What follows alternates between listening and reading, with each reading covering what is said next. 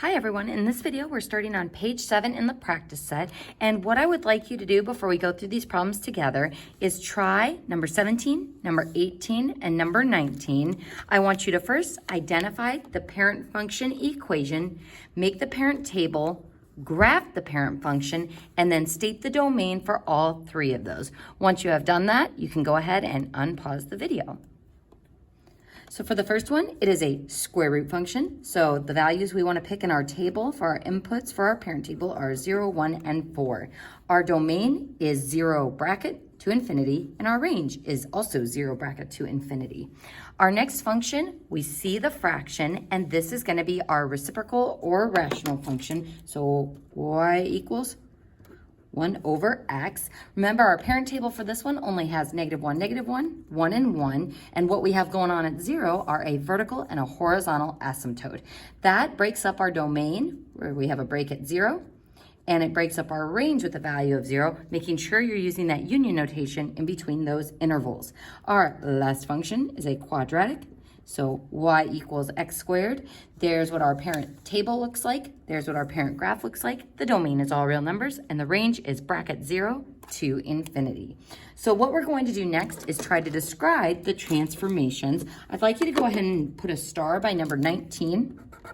And if you want, you can go ahead and pause the video. And we're going to be doing exactly what we did in the notes with describing the transformations, writing the coordinate transformation formula, creating our transform table, and then graphing our transformation. So if you want, you can pause the video before we start each of those processes so you can give those problems a whirl on your own. So on number 17, the first thing I'm going to do is describe the transformations. So starting with that -2 on the outside, I like to start with the easy transformations. That is down 2.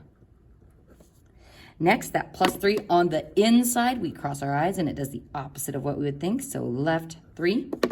And that -2 out in front is tricky because it's actually two different transformations. This would be a vertical stretch by 2, and this would be a vertical reflection. Next, writing my coordinate transformation formula. Which of these transformations are affecting my x value? Well, actually just the left 3. So how do I move my x values to the left 3? We use the opposite sign and take x minus 3. So again, different sign from the equation to the coordinate formula. Next, which of these transformations affect our y values? Well, the rest of them. So a stretch by 2 would be 2y. A vertical reflection, -2y, and down 2, we subtract 2. And now we can apply those transformations to our parent table. So take each of our x values and subtract 3. 0 minus 3, -3. -2, 4 minus 3 is 1. And then applying all of our y transformations to our y table, -2 times 0 is 0, minus 2 is -2, -2 times 1 is -2, minus 2 is -4, and -2 times 2 is -4, minus 2 is -6. And that gives me the coordinates, backwards 1, 2, 3, down 2, backwards 2, down 4, and forward 1, down 1, 2, 3, 4, 5, 6. Now, if you are worried,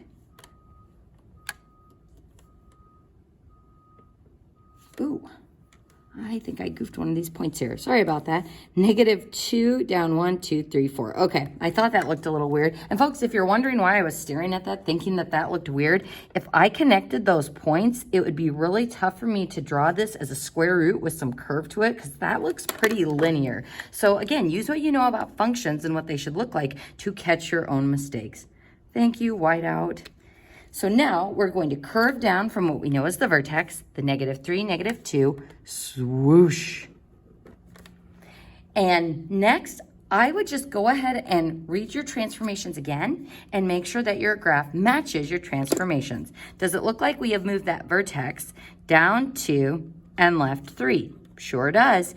Does it look like we have vertically stretched it, which means taking this function and pulling on it vertically? That sort of made it taller and in the negative direction because we reflected it vertically, top over bottom, and flipped it over that x-axis. So remember, vertical reflections flip over the x-axis, top over bottom, and then horizontal reflections, flip over the y-axis or left to right. Let's go ahead and move on to our next problem, the reciprocal or irrational function, and we're going to describe our transformations. That plus 3 moves us up 3.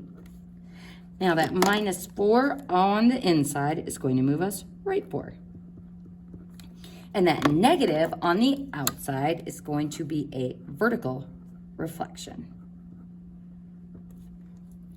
So how do those affect our x and our y values? The right 4 will affect our x values by moving them plus 4. So again, minus 4 in the equation and plus 4 in our coordinate formula. And then our y values, to vertically reflect them, negative y, add 3. So now our new table, negative 1 plus 4 is 3, 1 plus 4 is 5, negative 1 is 1, plus 3 is 4, and negative 1 plus 3 is 2. All right, folks, so plotting these points, we've got forward 3, 1, 2, 3, 1, 2, 3, 4, and then 4, 5, 1, 2. Now, that is practically nothing to go off of, so what we have to do from here is determine where our asymptotes are by visually moving them. All right, folks, so for my asymptotes, I'm going to start with the horizontal one that goes through 0. If I vertically reflect it, top over bottom, does the asymptote change locations? Nope. If we slide it to the right 4 units, it's still the same horizontal line. But if we slide it up 3, that horizontal asymptote is now going to be going through y equals 3. Now for our vertical asymptote, and again thinking of that starting at 0, 0, if I vertically reflect it, top over bottom, it's still the same line. If we slide it to the right 4, it has moved. If we move it up 3, it'll be the same vertical line. So the only transformation that affects it is moving it to the right 4 units.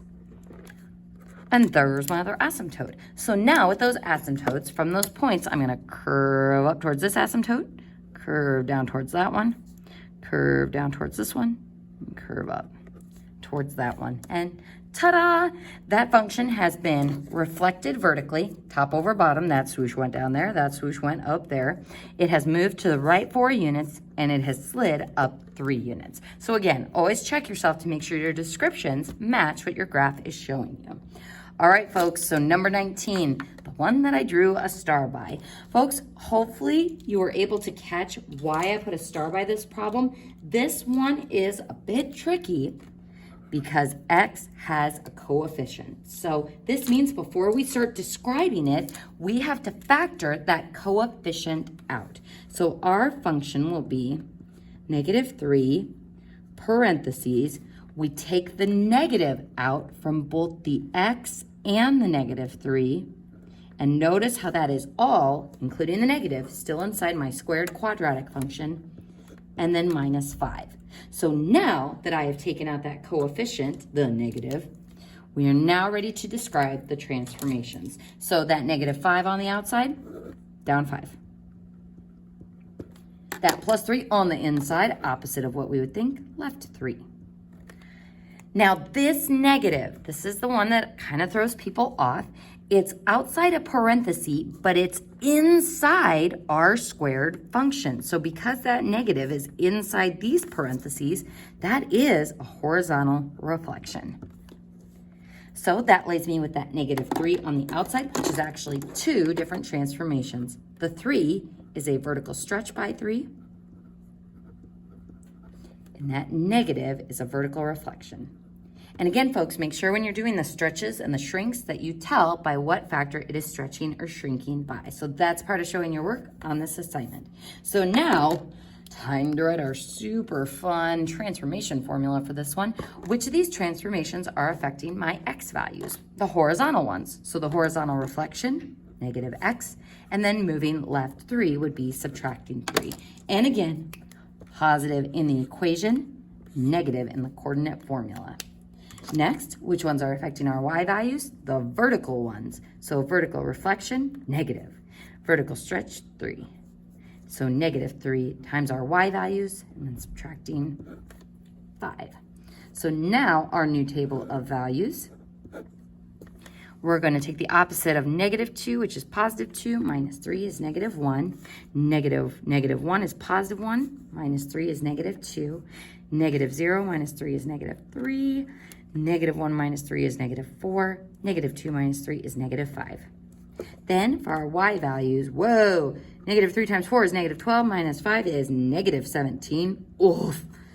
-3 times 1 is -3, minus 5 gives us -8. Oof. And then that gives me 0 minus 5 is -5. That's not too bad. And then this is going to give me 12. That gives me +12 minus 5 is -8. And that gives me -17. So 1 times -3 is -3, minus 5 is -8, and then -12 minus 5 is -17. All right, folks, so we're going to do our best to plot these points. I'm going to go ahead and start with that vertex at -3, -5. 1, 2, 3, 1, 2, 3, 4, 5. And then backwards 2, down 6, 7, 8, and backwards 4, down to 8. So I'm only going to do these 3 points since -17 is like super far off the graph. But we can tell a bit about this quadratic just from those 3 points. And we are just going to see how this compares to our transformations that we described. Have we vertically reflected it or flipped it top over bottom? Yes, it is now an upside down U. Have we vertically stretched it by 3? So folks, I like looking at the quadratics as far as stretches and shrinks go, because if I think about this as a rubber band and I pull on it or vertically stretch it, it is going to get longer and skinnier. For horizontal reflection, have we taken it and swiveled it? I guess so. Again, it would look the same whether we did or not. Left 3, have we moved our vertex left 3 units? We sure have. And down 5. So folks, hopefully that has given you enough practice so that you feel confident to do the other problems on your own. In the next page, pages 8 and 9, we are going to be covering the last concept of this chapter, which again wasn't explicitly covered in the notes. So we're going to kind of use our practice set like our notes for this section. See you in the next video.